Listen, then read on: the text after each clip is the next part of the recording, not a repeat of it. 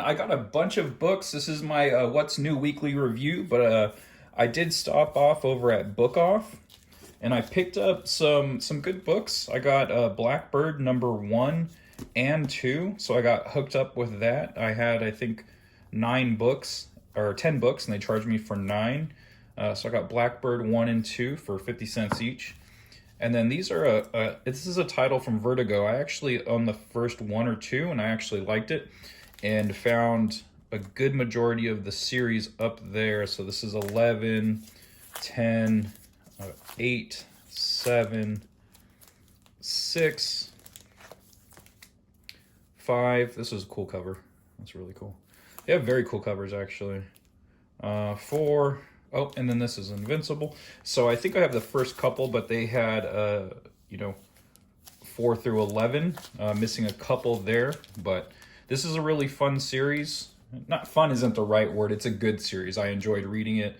So I decided to pick those up while I was at Book Off. Book Off is very close to my home comic shop, SoCal Comics. And that's where I picked up these bad boys. I was in their back issues. I'm missing some issues of Invincible. I got 128. It's so funny because this was clearly in, well, not clearly, I'd say clearly, but this book's pretty dirty. So I'm thinking this was in the dollar bin, and for whatever reason I missed it. And then when the series came out, they threw it in the regular issue bin, marked it for $2.99, which is the cover price. Or this was always in that bin, who knows. And then I got 85, which I needed, for $5. And I've seen this cover around, so I don't know if this is a popular book for some reason, but hey, $5, that's a, $2 markup. That's not bad. I'll take that. Beta Ray Bill #2.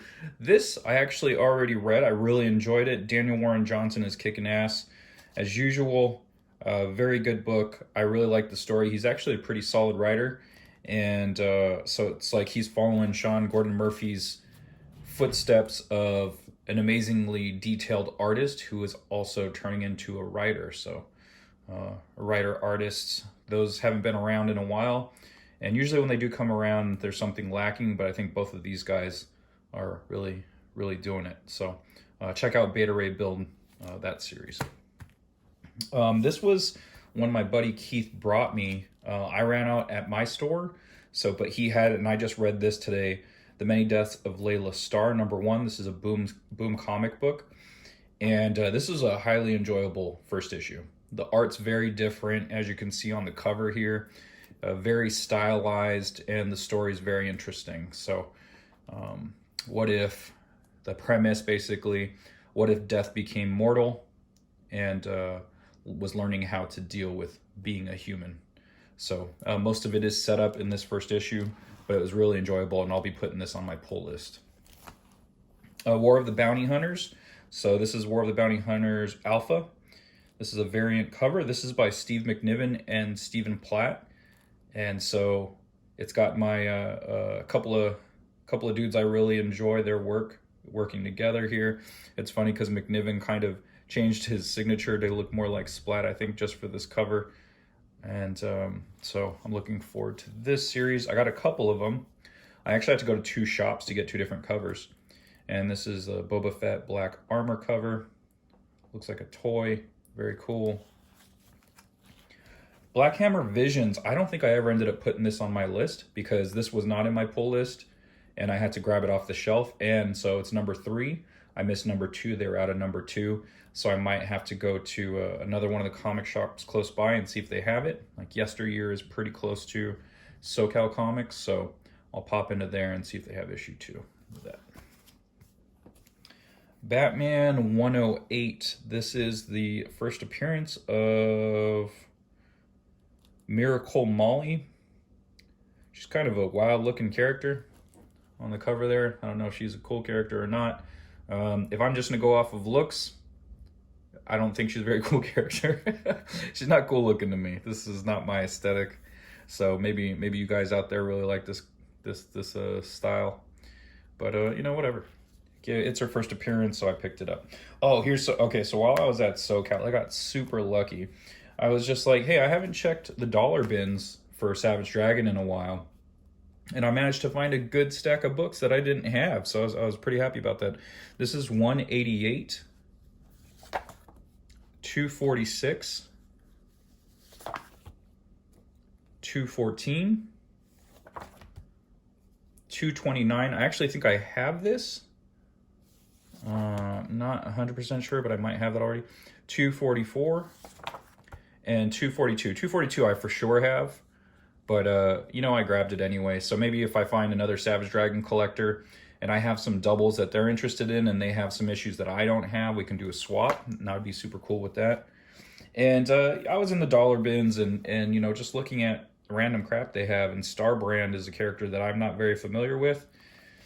And I decided to pick it up. So you get if you get 12 issues, you get 2 for free at SoCal Comics in the dollar bins. So I picked up 12 issues total. And so those Savage Dragon issues combined with 1 through 5 of Starr brand. I got 2 copies of number 1. You never know. They revive so many random things for movies these days. So if this is a character that shows up, then I got a run of the first 5 for $1 each. So, but if not, whatever. I saw that they had rebooted this a couple of times. They had multiple series of Starr brands, like some pretty recent ones too. So maybe the character is interesting enough for them to keep on trying to revive. So, you know, so we'll see. I picked up Berserker number 2 also from Boom Studios. And this is a Raphael Grandpa cover. He's a super badass. I love his art. The inside's by Ron Garney. I like the first issue. First issue is very fun, non-stop action-packed, kind of like a John Wick comic with superpowers. So this was, you know, it's not on the pull list, but I saw it there and I picked it up. I should probably put it on the pull list because I am enjoying the series. Oh, this was another one from Book Off. John Byrne's Nextmen number 1, $1. Pretty cool. I've never read that series, but hey, for $1, I'll read number 1. And this is Ultra Mega number 2. So I accidentally had grabbed this off of the shelf. It wasn't on my pull list for whatever reason. And when I got home, I had actually grabbed a second printing of Ultra Mega number 1. So I had to go back and grab this. Oh, actually, Keith got me this. This was another one of books he brought me back down from LA because they ran out at SoCal. Okay, Firepower. I got 2 covers, and this is like a Asian Pacific American Heritage Month cover, I believe. Very nice. I really like this art. I saw this over at Yesteryear, and I had just bought this cover at SoCal because this is in my pull list, and I saw this cover there, and so I was like, oh, I wonder if this is like a 1 in 10 variant. So I grabbed it. I like the way it looked. I like the colors on it. Great series. Love that series. The Good Asian. This has been getting very good reviews. iFanboy had this there as their pull of the week, their pick of the week. So I'm looking forward to reading this. And there was at SoCal, they really limit speculators.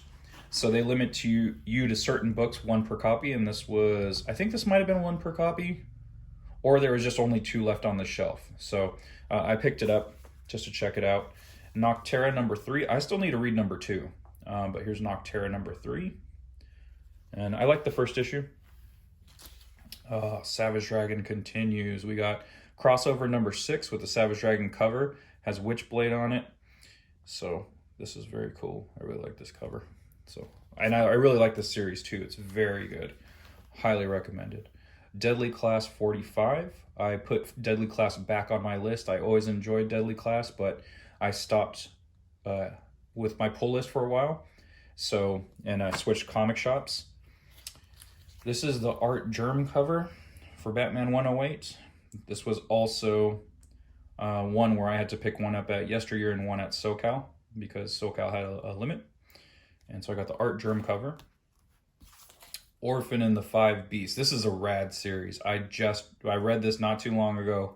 I really enjoy this. I finally got issue 1. It's coming in the mail, so it'll be in one of my packages. But this is a badass series. So if you like that Kung Fu June, 5 Deadly Venoms, those style movies, this is definitely a book you guys should be reading. So check this book out by Dark Horse. Scout's Honor, number 4, continues to be one of my favorite books to read. I have not read this issue yet, number 4. That's usually on the top of my list to pull, top of the stack. That always gets read first. Homesick Pilots number 5. I need to catch up on this. So I've been collecting them, and I'm not sure if it has me as hooked as the first issue. I really like the first issue. And as the series goes on, it's kind of different than what I thought it was. So when I finish reading this one, I'll know if I'm going to keep it on my list or not. The Scumbag by Rick Remender. This is... looks like the artist is changing again. So this title, they just rotate artists on it. So Remender, it's Remender's series, and every issue it has a different artist. And this guy's a scumbag. And he's like James Bond. He has like a kind of like a secret superpower serum that he got injected with because he thought it was drugs. And so now he has like these superpowers, but he's a complete scumbag. So it's a fun series. Post Americana continues to be awesome. Love this series. Have not read this yet. Very curious what's going on with this cover. This also looks like someone's on drugs. Haha number 4? What was that? 4, yeah. My finger's covering it there. Good series. I Walk with Monsters number 5. I think this might be the culmination of this series. It seemed like the last issue, this storyline was wrapping up. So we'll see what that is. Kojikaru the Skinner, Dark Horse book. It has a Mike Mignola writing it, so that's what got me interested. It's from the Outerverse. I don't know what the Outerverse is, but hey, Mike Mignola. So I'll give that a look. Chrononauts Future Shock 1, Mark Miller, Eric Canetti. I got this one on yesteryear. I didn't even know this book came out, and I saw it on their shelves. They had blank covers, so I grabbed that, and I'm curious. I really like Eric Canetti's work, and I always love Mark Miller's stuff, so that should be cool. And then, I don't know if I've talked about this on the air or not, but I love this series, Karmen. This is Karmen number 1. Yesterday I had a couple of copies. I grabbed 2 copies of it because I really believe in this series. This is a pretty badass series. So if you haven't read this, definitely check it out. The art is amazing. The story is very cool. I think it has a chance to be optioned for something, TV, movie, or something. Probably like a HBO series or something, but it's a fun premise. Karmen number 2, very cool cover, very similar aesthetically to the first cover. Oh, and then here is the Ultra Mega number 1 that I accidentally grabbed a second copy because this is the second printing. It had a different cover, so I thought this was the second issue. I just didn't even look. I grabbed it off the shelf. And yeah, so now I have the first printing and the second printing of this book. So, hey, it's always good to have the second printing of a number 1 because a lot of times, I think this book was heavily ordered.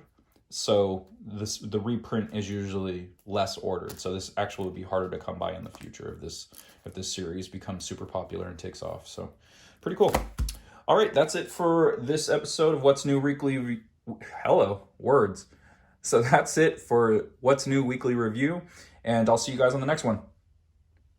Catchphrase.